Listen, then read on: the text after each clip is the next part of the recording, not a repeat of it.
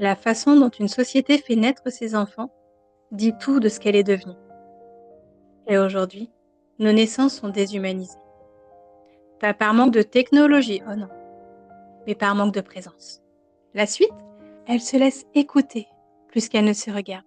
Permet à ton mental de ralentir, de baisser un petit peu les quantités de stimulation. Ce format mini-podcast est là pour te permettre de t'immerger pleinement dans le message. Respire et accueille ce que tu entends.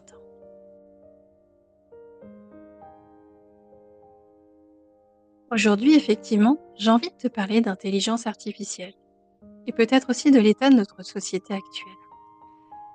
Suite à des échanges avec une amie qui s'inquiète effectivement de voir certains métiers tels que le sien disparaître, j'ai envie de me poser un petit peu avec toi, de réfléchir à voix haute et peut-être de te permettre à toi aussi de réfléchir. Soyons clairs, les outils d'intelligence artificielle sont impressionnants. Je les utilise beaucoup, sûrement trop déjà. Ils permettent effectivement de gagner du temps, d'apprendre plus vite, de créer, d'analyser, de comprendre. L'accès au savoir n'a jamais été aussi simple aujourd'hui. Le problème, en fait, à mon sens, ce n'est pas l'outil, mais comme toujours le problème, c'est ce que l'on en fait. Aujourd'hui, beaucoup font cette tête baissée. Un tel engouement, une telle facilité, forcément, ça laisse rêveur. Alors, sous prétexte de rentabilité, de performance, de gain de temps, on court vers les intelligences artificielles. Et dans ce mouvement, on participe, parfois même sans le vouloir, à la disparition donc de nombreux métiers, de nombreux savoir-faire humains. Alors, est-ce inéluctable? Probablement en partie, mais on peut grandement faire changer les choses.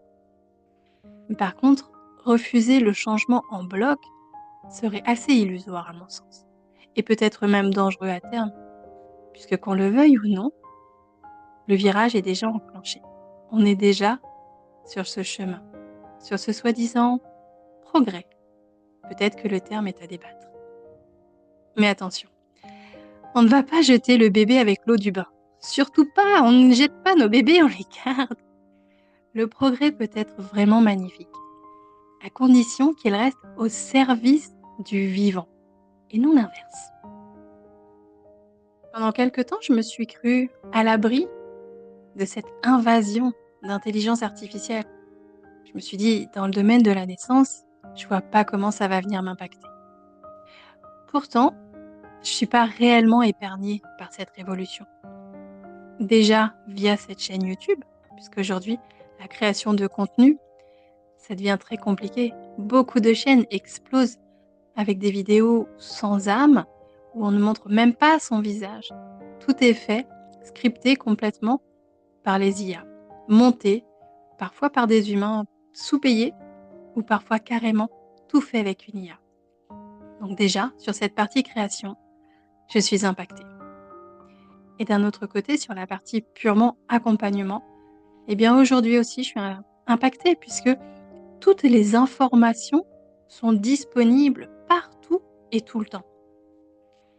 Même toutes les informations les plus précises sur la physiologie de l'accouchement, les hormones, les positions, les mécanismes, tout est accessible depuis un ordinateur. Il est facile de créer une formation en quelques clics. Donc, l'information en elle-même n'a plus vraiment de source de valeur aujourd'hui.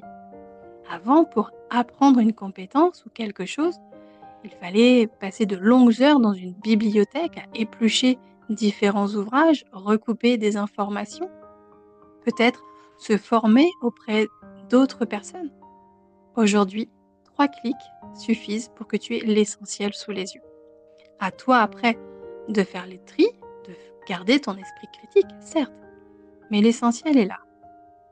L'information n'est plus une source de valeur. Alors, ce qui fait aujourd'hui la différence, et ce qui ne pourra jamais être remplacé par une intelligence artificielle à mon sens, et que je trouve donc très beau, c'est notre humanité.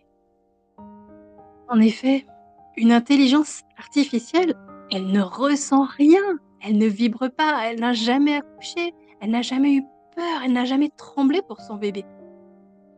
Même si elle peut être paramétrée pour te donner une illusion d'empathie, ça reste un robot. Et le jour J, une femme qui accouche, elle n'a pas besoin d'un algorithme, elle a besoin d'un regard vrai qui vient la chercher au creux des contractions. Elle a besoin d'une présence réelle pour se sentir soutenue, pour mettre en valeur sa grande puissance. Elle a besoin, par exemple, d'une main posée avec douceur pour apaiser son corps au milieu de ce travail si intense. Elle a en fait besoin d'être entourée par des humains capables d'entendre ses émotions, de les accueillir avec une empathie vraie. Encore une fois, pas simulée, pas calculée. Le soutien entre femmes, ce mot magique que j'aime énormément depuis quelques années, sororité. La compréhension profonde de ce qui se joue dans le corps et dans le cœur. Tout ça, eh bien, aucune machine ne pourra le remplacer.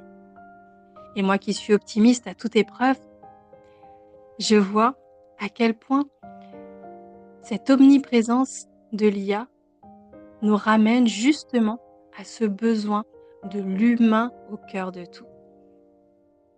Je voudrais t'inviter à faire une pause un instant. Inspire, expire. Laisse le temps de créer un espace à l'intérieur de toi. Que les mots qui viennent d'être prononcés puissent résonner à l'intérieur de toi. Que tu ressentes. Continuons. Les naissances chez nous, je trouve qu'elles ont été, le mot est peut-être fort, je l'entends. Pourtant, c'est celui qui me semble correspondre. Elles ont été déshumanisées. Et ça reflète une société en souffrance. C'est quelque chose qui me frappe vraiment profondément. En Occident, les naissances sont devenues instrumentalisées. Elles ont été relayées à des protocoles, des machines, des chiffres, des timings. Quand on y regarde de plus près, on s'aperçoit que les règles du vivant sont bien souvent bafouées. Et les femmes qui accouchent sont trop souvent infantilisées. Les bébés, quant à eux, il n'y a pas très longtemps qu'on s'intéresse à ce qu'ils sont réellement.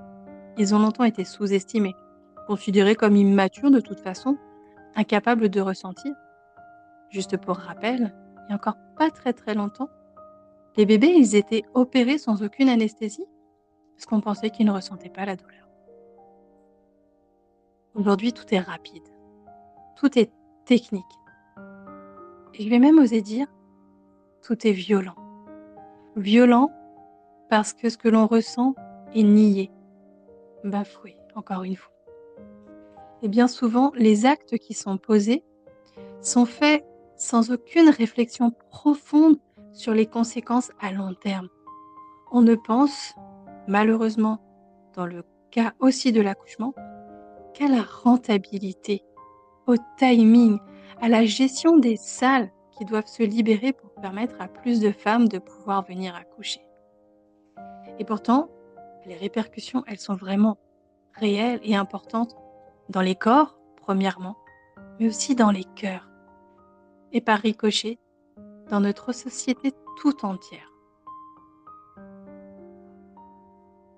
Je voudrais, par cette petite parenthèse que je m'apprête à faire, te parler de certaines sociétés guerrières qui ont historiquement utilisé des rites de séparation très brutaux à la naissance ou dans la petite enfance, visant ainsi à couper l'enfant de sa dépendance affective pour renforcer des comportements de domination et de combat.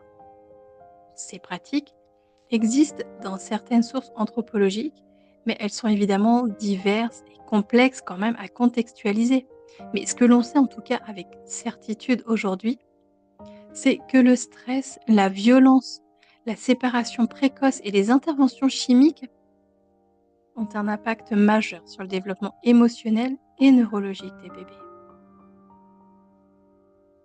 Et pourtant, nos enfants naissent majoritairement dans le stress, la pression, la séparation.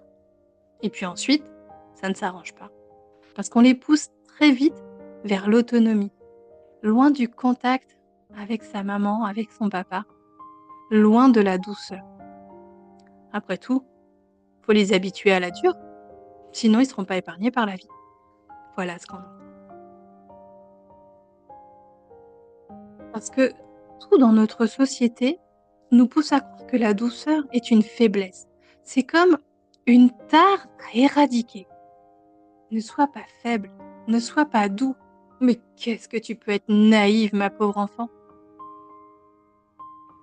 Alors que pour moi, la douceur, à mon avis, est vraiment la source de tout. C'est l'amour originel, l'amour inconditionnel, qui a permis à la vie d'éclore, de continuer, de s'expanser. Oui, je suis optimiste. J'ai les pieds pourtant bien sur terre, le cœur bien à sa place et l'esprit haut perché, c'est vrai. Mais je crois en la force intrinsèque de l'amour. C'est avec cet amour puissant, personnel, que l'on est capable de regarder l'autre tel qu'il est, avec ses forces, mais aussi avec ses faiblesses. Et c'est avec cet espace du cœur grand ouvert que l'on est capable d'accompagner au plus juste. Et tout ça, c'est dès le début de la vie que ça se joue. Si nos enfants ne sont pas accueillis, pas entendus et pas respectés, comment pourraient-ils devenir des adultes respectueux, empathiques et altruistes? C'est impossible. On le sait aujourd'hui. Ce qui se joue au niveau de la naissance, dans la petite enfance, nous marque profondément en tant qu'adultes. Alors vivre au rythme des machines, peut-être que c'est pas la meilleure idée qui soit. Surtout pendant le processus de l'accouchement, on a vraiment besoin de ralentir. On a besoin de ce temps horticole. Donc arrêtez de vouloir rentrer absolument dans des cases et surtout, remettons de l'humain au cœur de tout ça. Tout part de nous, tout part de notre cœur. Toute relation, toute naissance, tout ça va conditionner notre société future. Alors peut-être que si on permettait aux femmes d'exprimer pleinement leur amour inconditionnel et puissant, peut-être que si on permettait à nos bébés de naître de façon plus respectée, on vivrait sûrement dans un monde plus doux. En tout cas, je le pense sincèrement. Et toi? Dis-moi en commentaire ce qui résonne vraiment pour toi. Et si tu as envie d'aller plus loin, tu peux t'abonner à la chaîne pour voir d'autres façons d'envisager la naissance et la maternité. Bien évidemment, si tu connais une femme enceinte à qui ça pourrait parler, tu peux lui partager la vidéo. Prends grand soin de toi.